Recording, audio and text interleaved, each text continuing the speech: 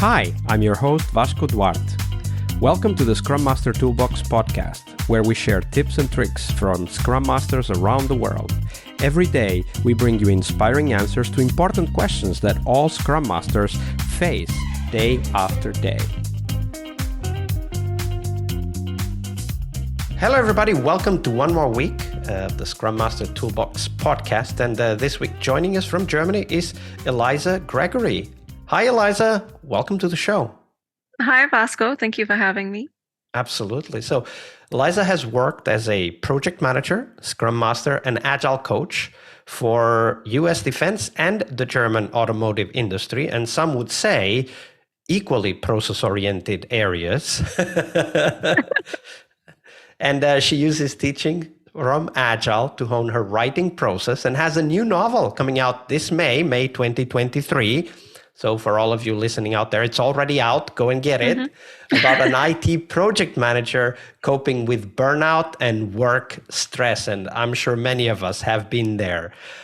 She's originally from Virginia in the US, but now resides in the Franconia region of Bavaria, Germany.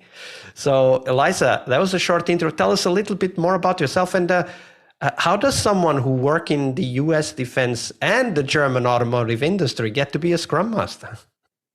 So my path towards being a Scrum Master hasn't been very linear, or it's been very crooked and twisted, and it was not something I saw coming. So I spent about 10 years working for US defense, and I originally got into project management. And I remember one of my first weeks within the project management sector or industry, they sat me through a 3-day Agile course. And I'd heard of Kanban before. I've heard of like Lean Six Sigma, but I'd never heard of Scrum.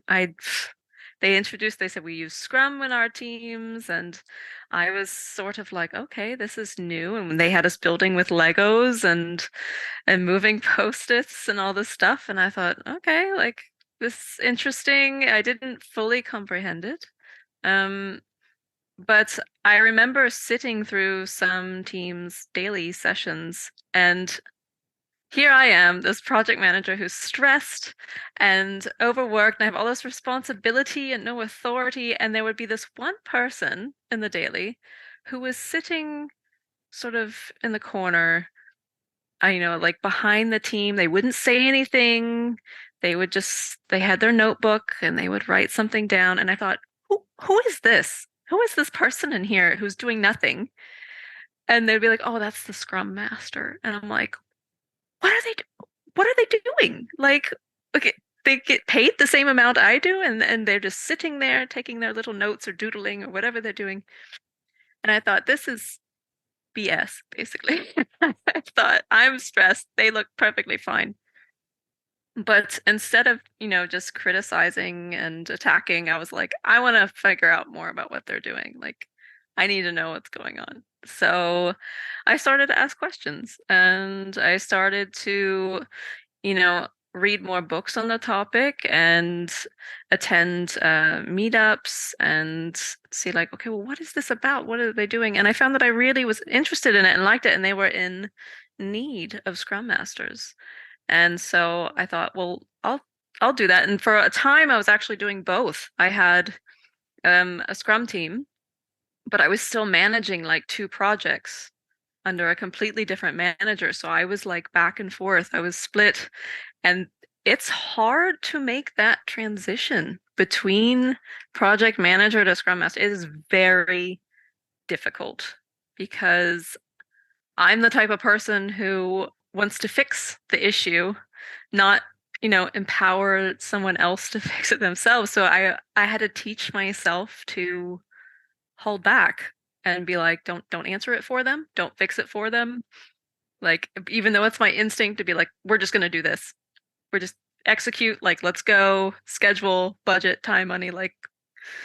But it was a learning curve to make that switch and to hold my tongue and allow the team to fail or embrace the awkward silence until a developer speaks up instead of filling it for them. It was very difficult. And I can totally relate to that transition myself, having been also a project manager before I was a Scrum Oh. Master. So I can totally see. I call myself a recovering project manager That's good. I like that. because every so often I still go back to the old toolbox.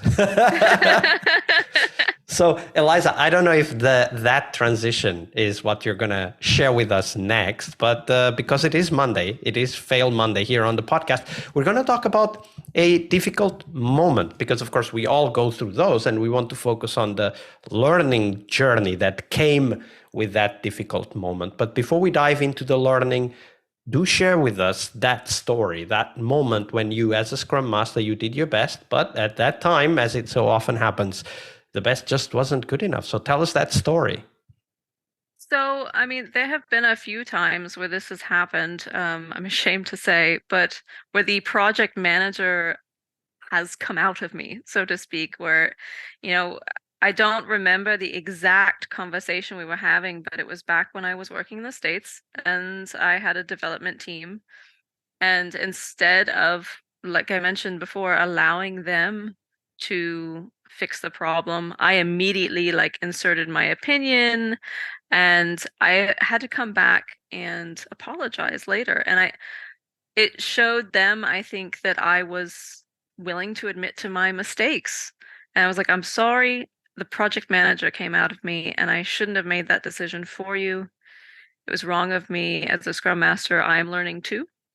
Um, but basically, it was showing them a bit of vulnerability that, hey, I make mistakes. But in terms of like biggest obstacles, I think the biggest obstacle I had as a Scrum Master was something that I created myself. Um, I'm my own worst enemy.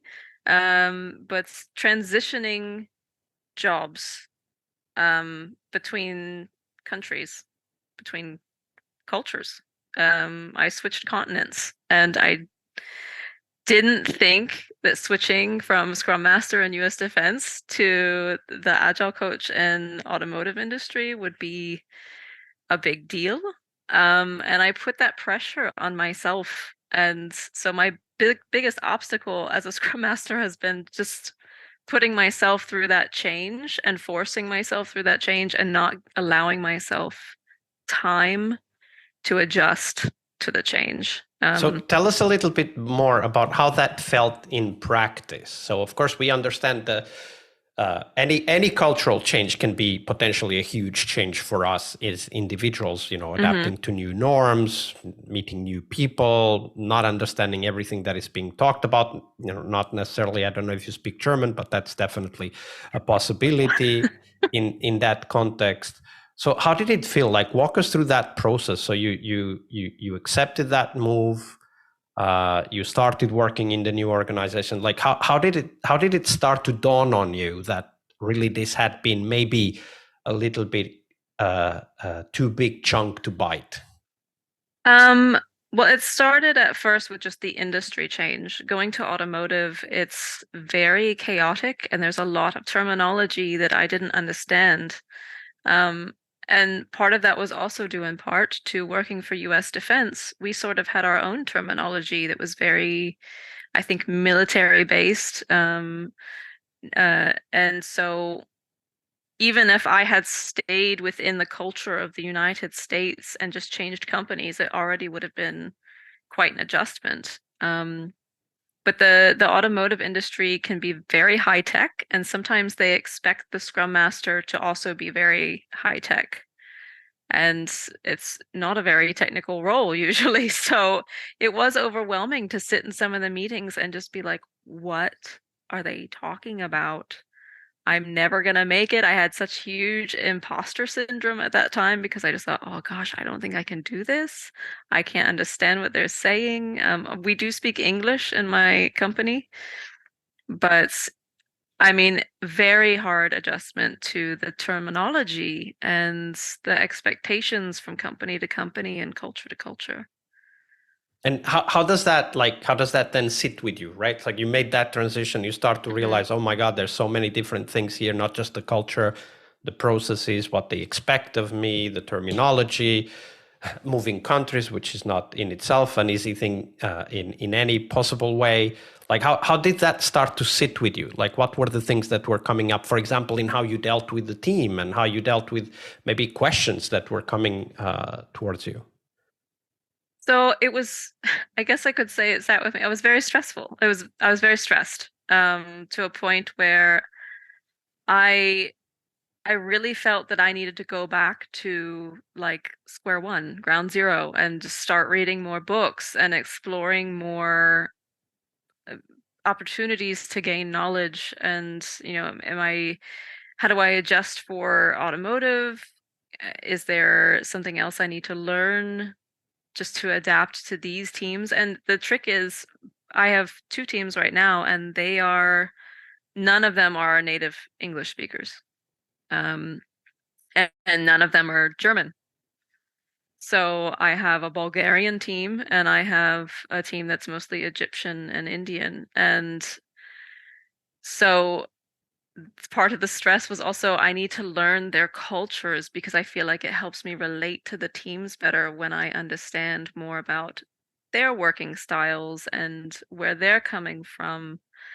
And so I sort of started to dive into culture studies, and it's been eye-opening as an American because I have to say, as an American, we are a very close-minded, entitled group of people. We sort of see the earth and think that whole thing is just America and everyone else is off somewhere, you know. So it's been hugely eye-opening and humbling, and everyone's been so, I will say, open and kind when I have questions for them, like, what am I doing that may be upsetting you, or maybe that I could do better? And I think it's also been important to take the time to ask the teams for feedback, and especially in that sort of really international setting where you have people from so many different cultures to be But like, I think there's definitely challenges with being from let's say very influential countries like the US, but there's also benefits, right? Because everybody looks up to you. Oh, you're from the US. Where from? And do you know this? Do you all drink Coke at school? Like there's also this acceptance that, okay, this is an interesting person because it comes from this culture we see on TV, but never really experienced firsthand.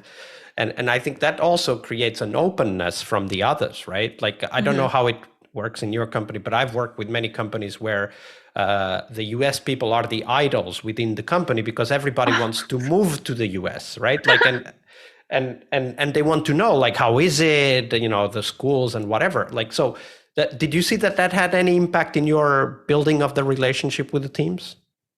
I think so. I did get a lot of questions like that, but with the we'll say gun control situation in the US right now, I didn't have a lot of good things to say about growing up in America. And yeah, it's been, I think, eye-opening for them when I talk about things like, oh, the school systems and safety and things like that, and just how different it is over here. But it has created this sort of bonding experience with my developers and with my teams to be able to openly explore each other's cultures and not be afraid to ask questions.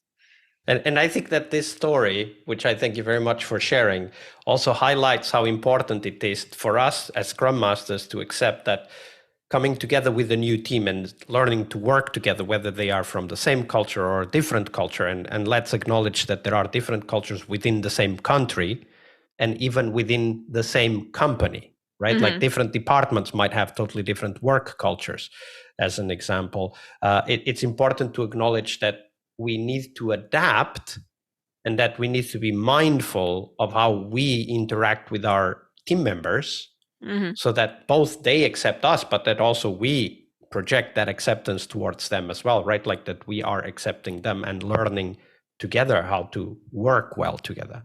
Yes, absolutely. Thank you for sharing that story, Eliza. You're welcome. Thank you for asking. Monday is about what we learn from our obstacles and our failures. But tomorrow is Team Tuesday here on the Scrum Master Toolbox podcast. We explore teams and their journeys, the habits they develop that threaten their performance, how each of our guests helped their teams evolve, and the one key lesson they learned from that experience. We really hope you liked our show. And if you did, why not rate this podcast on Stitcher or iTunes? Share this podcast and let other Scrum Masters know about this valuable resource for their work. Remember that sharing is caring.